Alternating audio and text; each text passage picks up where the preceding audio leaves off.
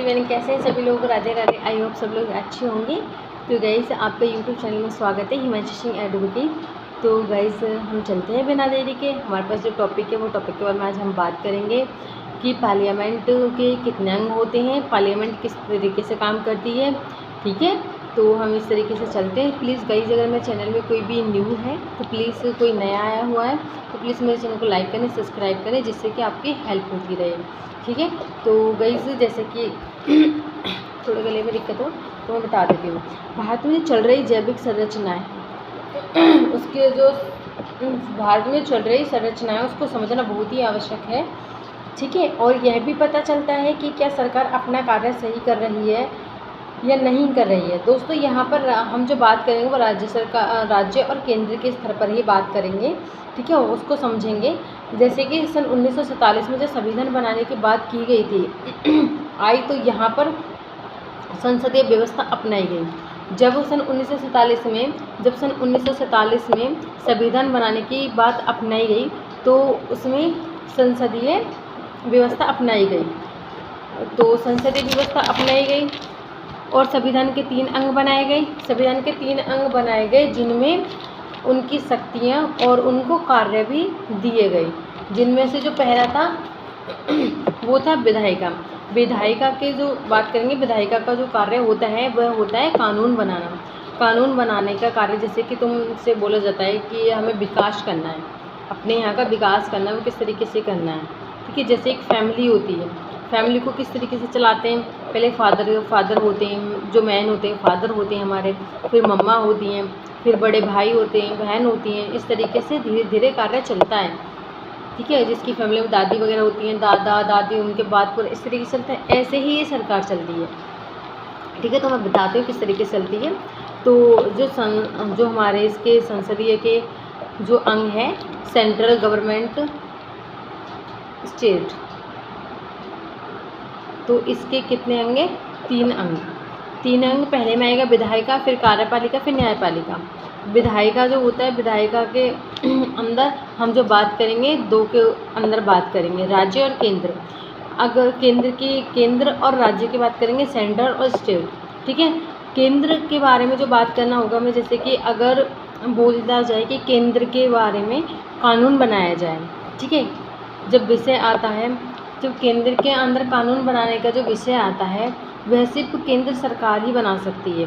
ठीक है, इस प्रकार से अगर राज्य के बारे में बात आती है कि राज्य के लिए कानून बनाया जाए या उसके विषय में कभी बात की जाती है तो वो राज्य सरकार ही बनाती है, वो उसका अधिकार होता है।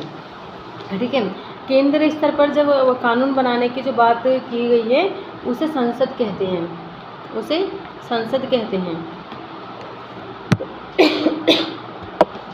इसी प्रकार से अगर राज्य स्तर पर बात कानून बनाने की बात की जाती है तो वो विधानमंडल करती है। ठीक है, संसद के बाद जब केंद्र सरकार का जो कानून बनता है तो उसे संसद बनाती है। संसद के 2 सदन होते हैं, लोकसभा और राज्यसभा। इसी प्रकार से जब राज्य की बात आती है तो राज्य का जो कानून बनाने की बात होती है वो विधानमंडल को कहते हैं। विधानमंडल के भी 2 स्तर होते हैं, विधानसभा, विधान परिषद। ठीक है, तो अब आगे चलते हैं। कार्यपालिका। कार्यपालिका का कार्य होता है, जो विधायिका ने जो कानून बनाया है उसको पास करने का कार्य होता है, उसमें कार्य करने का काम होता है। जब विधायिका ने कानून बना दिया उसको पास कौन करते हैं? ये राष्ट्रपति के थ्रू ये पास होता है। ठीक है, उसके सिग्नेचर वगैरह होते हैं। तो कार्यपालिका का कार्य होता है उस पर कार्य करना, कानून को पास करना। जो कानून बनाया है विधायिका ने उसको पास करना। तो इसमें भी 2 स्तर के ऊपर बात करेंगे हम। ठीक है, कार्यपालिका में 2 स्तर पर सरकार होती है, केंद्र और राज्य। केंद्र में राष्ट्रपति, उपराष्ट्रपति, प्रधानमंत्री और मंत्रिपरिषद। मंत्रिपरिषद के अंदर भी 3 आते हैं, 3 स्तर आते हैं। कैबिनेट मिनिस्टर, ठीक है, राज्य मंत्री और उप मंत्री। इस प्रकार से राज्य में आते हैं राज्यपाल, मुख्यमंत्री, मंत्रिपरिषद। ठीक है, यहाँ तक समझे। इसके बाद हम बात करेंगे न्यायपालिका।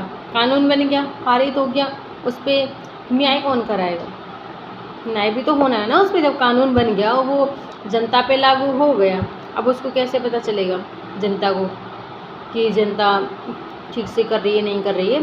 तो अगर कोई जनता क्राइम कर रही है कानून बना हुआ है कि उसको उल्लंघन कर रही है, उसका कार्य नहीं मान रही है, जो लागू किया हुआ है कानून उस पर कार्य बिल्कुल नहीं किया, तो उसका कौन करेगा? न्यायपालिका, कि उसको दंडित करना है या नहीं करना है। ठीक है, जो उसका कार्य होगा वो न्यायपालिका का होगा। भारत की जो न्यायपालिका है वो स्वतंत्र है और वो एकीकृत है। ठीक है, तो भारत की जो स्वतंत्र है वो 20 रेखा क्या है? वो सुप्रीम कोर्ट है, सुप्रीम कोर्ट है। ठीक है, और फिर इसके बाद हाई कोर्ट है, फिर डिस्ट्रिक्ट कोर्ट है।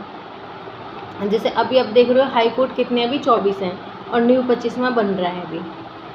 तो इसी प्रकार से आप इसको आई होप समझ में आया होगा कि जैसे कि न्यायपालिका है, न्यायपालिका अपना कार्य करती है, जो जनता पे लागू किया गया है कानून उसमें उसका उल्लंघन तो नहीं हो रहा है या उसमें कोई क्राइम चल रहे हैं तो उसके थ्रू कार्य करना, उनको दंडित करने का कार्य न्यायपालिका का होता है, बने हुए कानून पर न्याय करने का कार्य।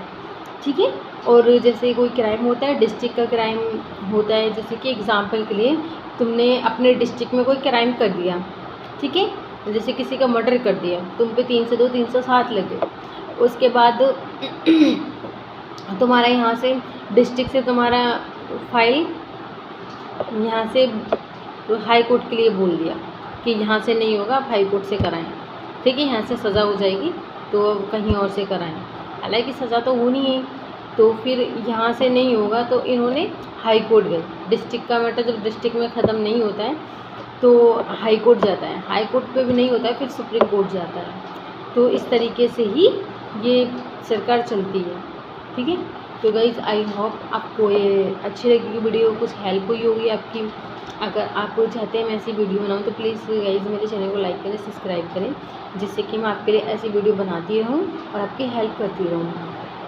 तो गाइज़ आई होप आपको अच्छी लगी होगी, तो प्लीज़ गाइज़ मेरे चैनल को लाइक करें, सब्सक्राइब करें। ठीक है, ओके गाइज़, बाय बाय।